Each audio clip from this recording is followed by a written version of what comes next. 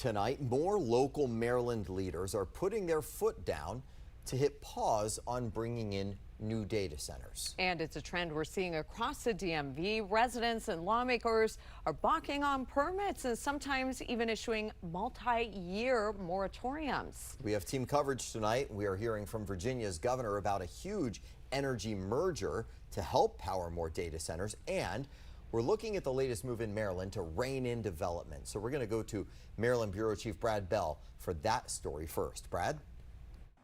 From her vantage point as a longtime resident of the small town of North Beach, Patty Stuckler says the Calvert Cliffs data center never seemed like a good idea. Well, look at the bay. That's what's wrong with it. That's a simple question. You look at this Chesapeake Bay and you look at the Patuxent River. We're only 9 miles at the widest and 35 miles long. So we're a peninsula, so we have a very delicate ecosystem.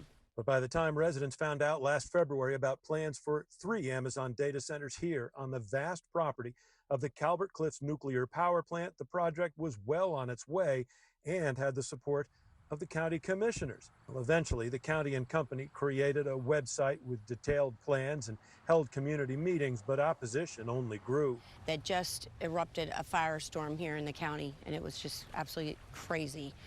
And then it was like, so I didn't know anything about data centers, so I started doing a lot of research, like a lot of other people, and realized pretty quickly that's not what we want here in Calvert County.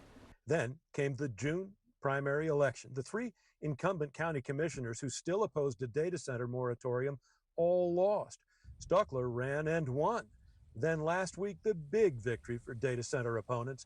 In a statement, the county announced Amazon was abandoning its plans. Now, in statements they've released publicly, Amazon has said that politics had nothing to do with their decision to pull out of here. They say it was a business decision.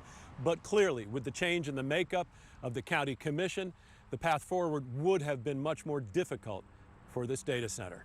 And next week, the Calvert commissioners will vote on a data center moratorium and likely join a growing list of Maryland counties. According to the group Chesapeake Climate Action Network, 3/4 of Marylanders now live in areas covered by moratoriums. Maryland Director Brittany Baker says it's time for a more uniform approach. I think a state-level moratorium is really what's needed to standardize our ability to wait for the regulations across the state. The local moratoriums really represent the people's voice, but now what we need is a really thoughtful and comprehensive path forward. Stuckler says at least here in her community, she can't imagine any satisfactory path forward for a data center. I really don't think so, for a couple of reasons. The main reason is I don't want to disturb the beauty. I don't want to destroy 1,000 acres of forest, which is where Amazon, that application was for. In Calvert County, Brad Bell, 7 News. Dominion Energy is rushing, meanwhile, to build hundreds of miles of bigger, taller, and more powerful transmission lines all throughout Virginia. And Dominion says the new lines are needed to provide electricity to power-hungry data centers. 7 News' Nick Minock joining us now from Alexandria. And Nick, you asked Governor Spanberger about this. What did she say? Yeah, I asked Governor Abigail Spanberger if she's going to intervene, and the number of high-voltage transmission lines that Dominion Energy has proposed across the Commonwealth that so many homeowners are concerned about. Her answer may disappoint them. Over the past several months, 7 News has shown how proposed high-voltage transmission lines would run through Prince William, Loudoun, Stafford, Spotsylvania, Culpeper, Fauquier, Orange, and beyond. These new lines would affect homeowners, so on their behalf, I asked the governor if she's going to take action. You recently announced that you are intervening in the Dominion Energy and NextEra merger. Are you going to intervene in any of the number of transmission line projects that Dominion Energy has proposed?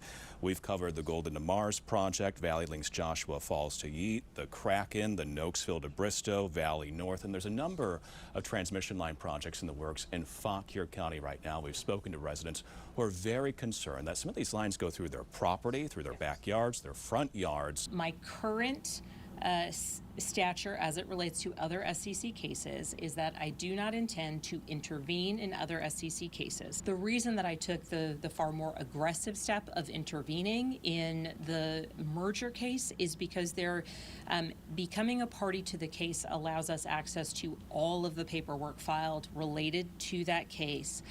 Something as massive and as unprecedented as the merger or the potential acquisition of Virginia's largest utility monopoly for $67 billion requires, in my opinion, obviously, that we have every bit of information necessary to provide comments.